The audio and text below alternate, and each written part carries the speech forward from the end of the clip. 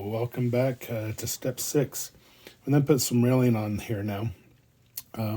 So railings on residential are about 3 feet tall, which is about where your doorknob is in the middle of the door. So we're going to bring that up here. It's going to go to the start of the stair, so it's not very large. So we're going to take our straight edge, line that up, bring that line up. Ooh, bad pencil. Okay, need more lead. So I'm going to line up there. Now, the way I'm going to get that height is I'm going to take where we eyeballed that doorknob, just going to kind of come up there and mark approximately where that's going to hit. Okay. Now I'm going to switch to the other vanishing point. Bring that down. Actually, I need to line up so I know where to go. It's always good to have a start and end. So let's bring the lines up that will make this railing. So corner of the stair, slide over to the other side of the step, side step. Yay. Bring that up the corner. Now I'm going to start getting a lot of overlap between the windows, the doors, the railings.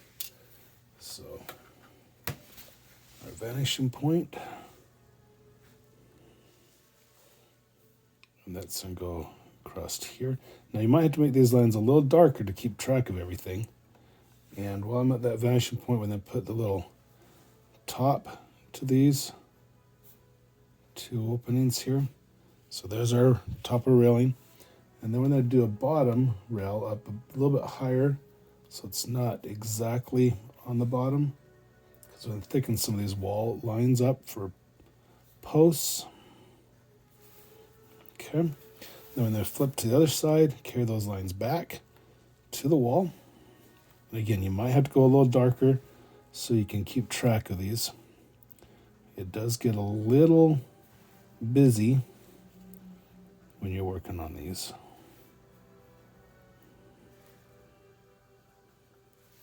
Okay, so there's our railing. Now, the 2 on the corners need to be a little thicker post.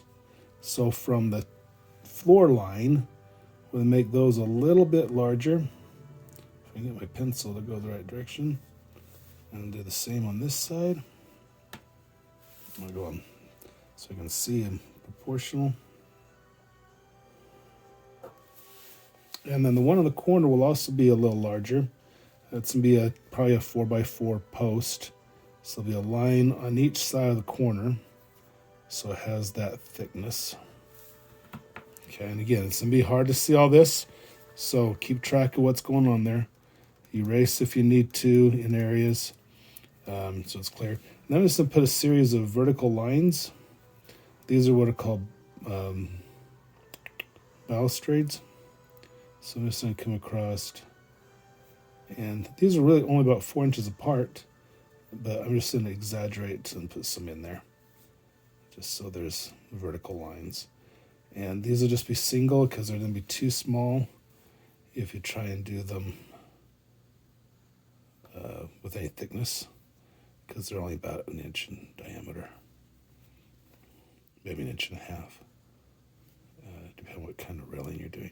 And you can look around and see different railings and reproduce those as you see like you want to. It's up to you. You know, it's your design ultimately when you get finished with it. If you take the class at the GTI on residential design, there's actually 3 classes of architecture. The first 2 are residential. So the first one, we do all the same house. The second one, you design one from scratch. And the third class is going to be a commercial class. So it's a little bit different. All right, there's our porch with our railings on it. That's kind of nice. We got our stairs in place. All right, step 7, roof lines. That's going to be fun. And it goes pretty quick. So we'll come back to that.